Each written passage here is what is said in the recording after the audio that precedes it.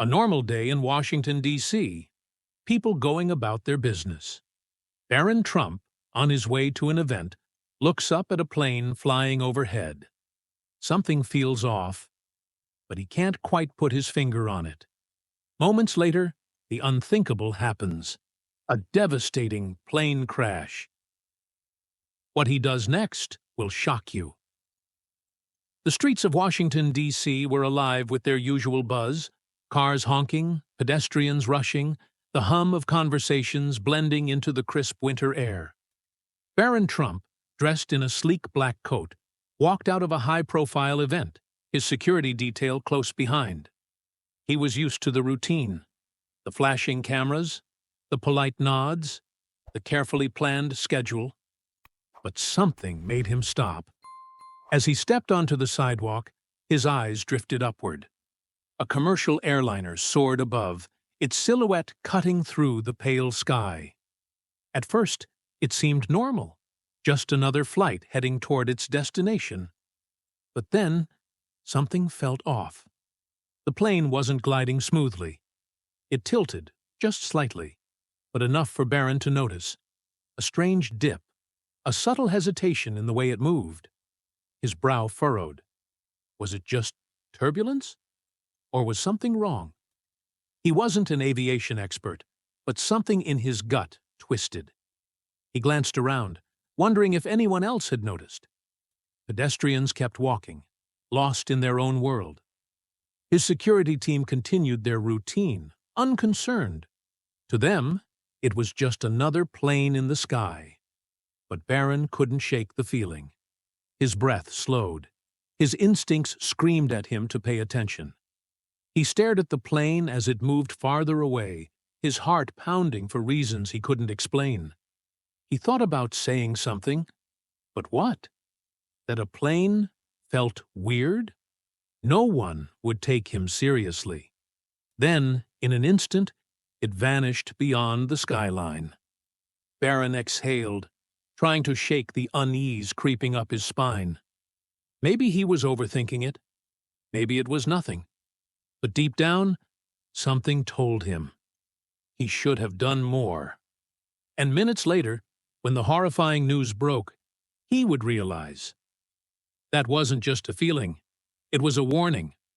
Television screens in shop windows, cell phones buzzing with notifications, and breaking news banners flashing across networks. The Washington, D.C. plane crash had just become the biggest story in the country. Reporters stood outside the wreckage site, their voices filled with urgency. Tragedy in the skies. A commercial airliner has gone down just miles from its intended landing. Investigators are scrambling for answers. Was this mechanical failure, human error, or something more? Barron Trump sat in the back seat of his car, his face illuminated by the harsh glow of his phone screen. Article after article, video after video. But none of them answered the question burning in his mind. Why did it feel like something was wrong before it even happened? His security detail spoke in hushed tones around him, coordinating his next event. But Barron wasn't listening.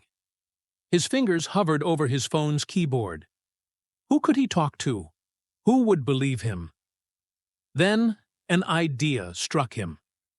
There was one person, someone who might actually listen. Captain James Caldwell, a former commercial pilot turned aviation consultant. Barron had met him once through his father's connections. A no-nonsense man with decades of experience, the kind of expert who could see what others missed. Barron scrolled through his contacts, found his number, and hit call. Captain Caldwell, a grizzled veteran of the skies, sat at his kitchen table, flipping through reports when his phone buzzed. He glanced at the caller ID, his eyebrows raising slightly. "Barron Trump?" he answered. "Wasn't expecting a call from you, kid. What's on your mind?" Barron didn't waste a second. "Captain, I think something was wrong with that plane before it crashed. I saw it. It wasn't flying, right?" A pause, then a sigh.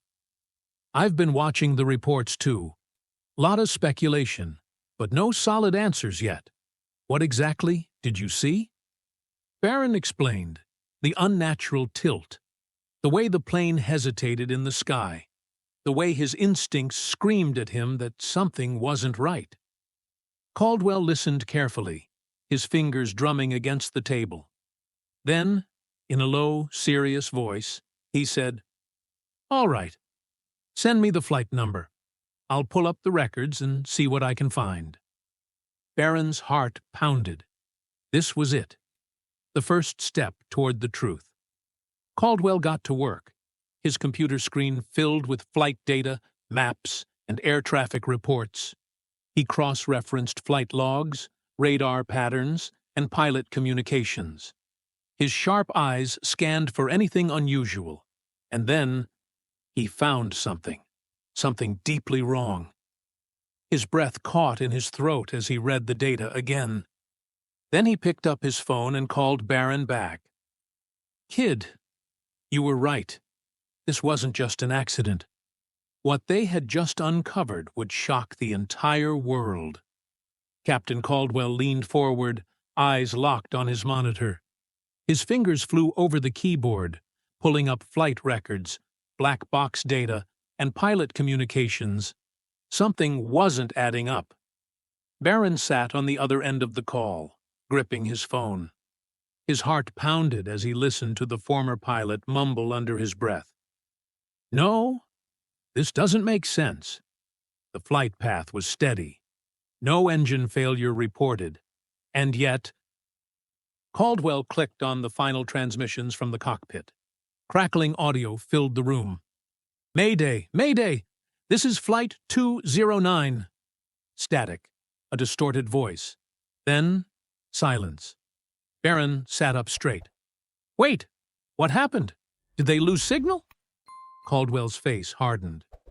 It was cut off. The pilots, their faces tense with fear, struggled to regain control.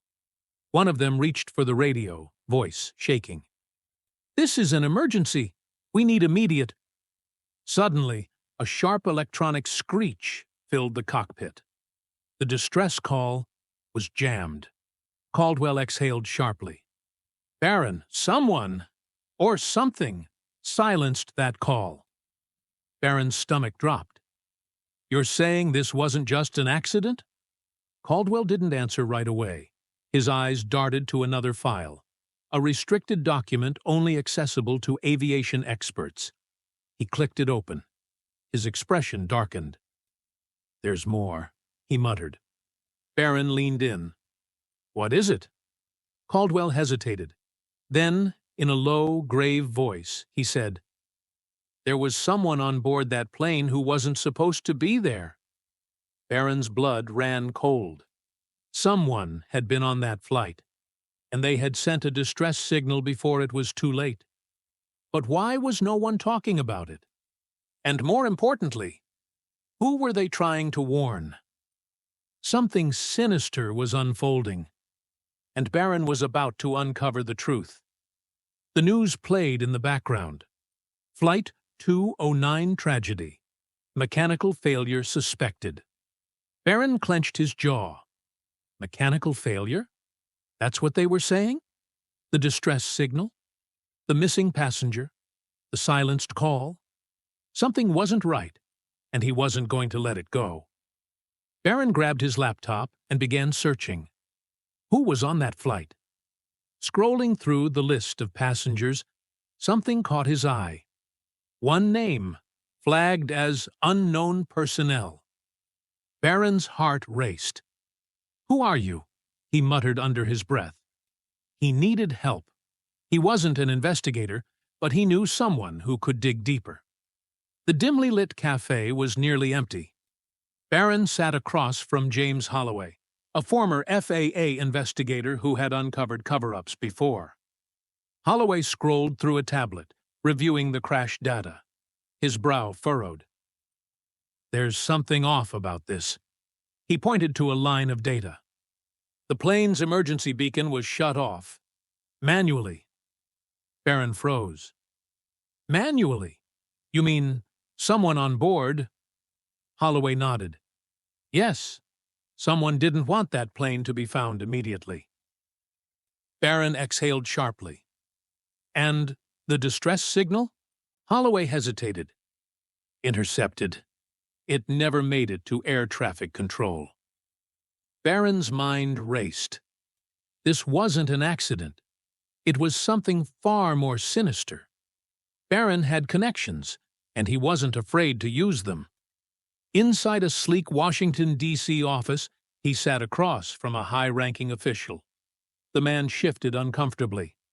Barron, I don't know what you're looking for, but I'd advise you to drop it. Barron leaned forward. People died.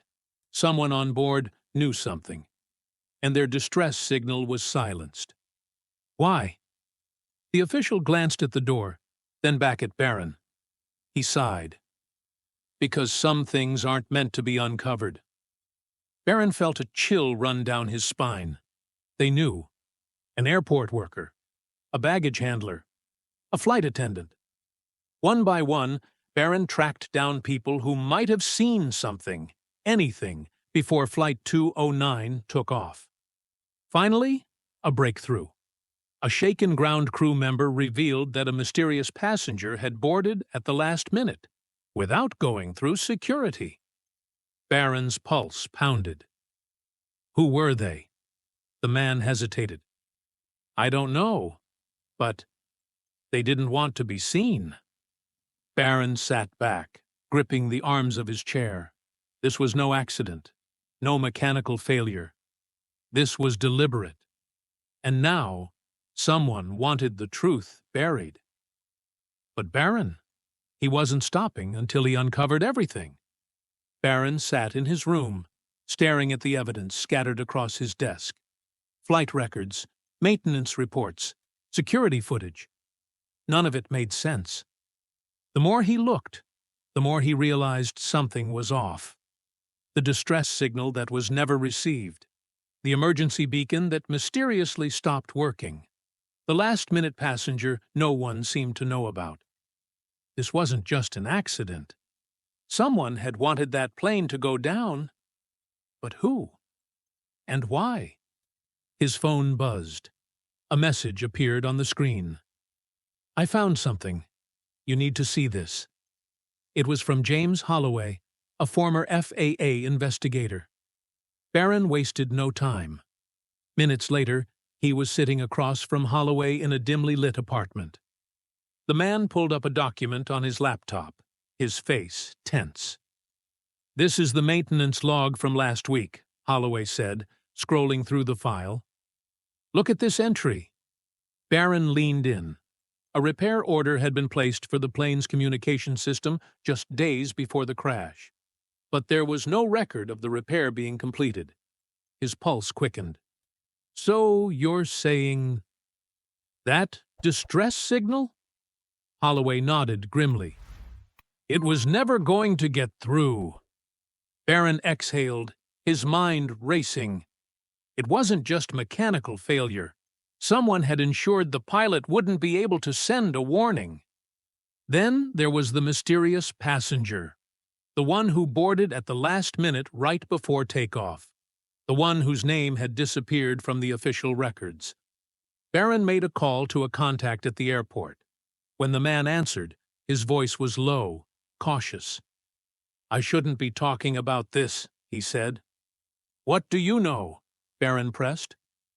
The manifest was altered. That person, they weren't a real passenger. The ID was fake. Barron gripped his phone tighter. Then who were they? Silence. A deep breath on the other end of the line. That's what you need to find out. Barron's heart pounded. A distress signal that was never heard. A fake passenger whose identity had been erased. A plane that crashed under mysterious circumstances. This wasn't an accident. It was a cover-up. But the real question was, what was on that plane that someone didn't want the world to know about? And if he kept digging, was he putting himself in danger? Barron knew the risk, But staying silent was not an option. Too many lives had been lost, and the truth was being buried. He took a deep breath and hit publish on his social media post. This was no accident. The world deserves to know what really happened. Within minutes, his post exploded. Thousands of shares, comments flooding in. Some called him brave. Others warned him to be careful. But then, something unexpected happened. A former airline employee reached out anonymously. "I have information," the message read, "but I can't talk here." Barron arranged a meeting in a quiet cafe. The man, wearing a cap and sunglasses, slid into the seat across from him. "I worked in maintenance," he whispered. "That plane, it wasn't supposed to fly that day." Barron's stomach dropped. "What do you mean?" The man glanced around, lowering his voice. "It failed an inspection. There was a mechanical issue, but someone overrode the system, cleared it to fly." Barron's mind raced. Who had approved the flight, and why? But before he could ask, his phone vibrated. Another message. "I know about the missing passenger," it read. "Meet me. No cameras, no press." Barron felt a chill run down his spine. The deeper he dug, the more people were coming forward. This was bigger than he ever imagined. He knew he was being watched. He knew powerful people didn't want the truth coming out. But he wasn't backing down. That night, he went live. Millions tuned in as he laid out the evidence, leaked documents, flight records, witness testimonies. The cover-up was real. The world was listening now. And for the first time, the people responsible had no place to hide. Barron's revelations sent shockwaves across the world. News channels ran his story on repeat. Social media exploded with hashtags demanding justice. The people wanted answers. Government officials who had ignored the warnings before the crash were now under intense scrutiny. Investigative journalists picked up where Barron left off, exposing more shocking details. The airline was forced to issue a public statement, first denying everything, then stuttering through a weak excuse. But the truth couldn't be hidden anymore. Protests erupted outside the airline's headquarters. Families of the victims demanded justice. Aviation experts called for stricter safety regulations. And then, the real turning point came. A whistleblower from inside the airline stepped forward, revealing confidential emails. Messages that proved someone had ignored the warning signs, choosing profit over safety. The world was outraged. Arrests were made. High-level executives were dragged into court. The truth was no longer just a theory. It was undeniable. As Barron watched it all unfold, he felt a wave of relief. He had done what he set out to do. But more than that, he had saved lives. Because of his courage, new laws were introduced to prevent future tragedies. Airlines were now held to stricter safety standards. Pilots and engineers were given more power to report concerns. The system had been changed forever. Sitting in his room, Barron stared at the photo of the crash site. The moment that had changed everything. He had been just one person, a bystander who trusted his instincts. But that was all it took. One person to stand up. One person to ask questions. One person to demand the truth. Courage isn't about being fearless. It's about standing up, even when the world tells you to stay silent. Barron's journey wasn't easy. He faced doubt, resistance, and even fear. But in the end, his courage made a difference. The world now knew the truth. Lives were saved, families found closure, and those responsible were finally held accountable. As Barron stood, looking at the city skyline, he knew one thing for sure. Doing the right thing isn't always easy, but it's always worth it. Because sometimes, All it takes is one person to ask the right questions, one person to refuse to stay silent, one person to fight for justice. Courage is contagious. Speak the truth. Stand for what's right. Change the world. If you believe in truth and justice, hit that like button and subscribe.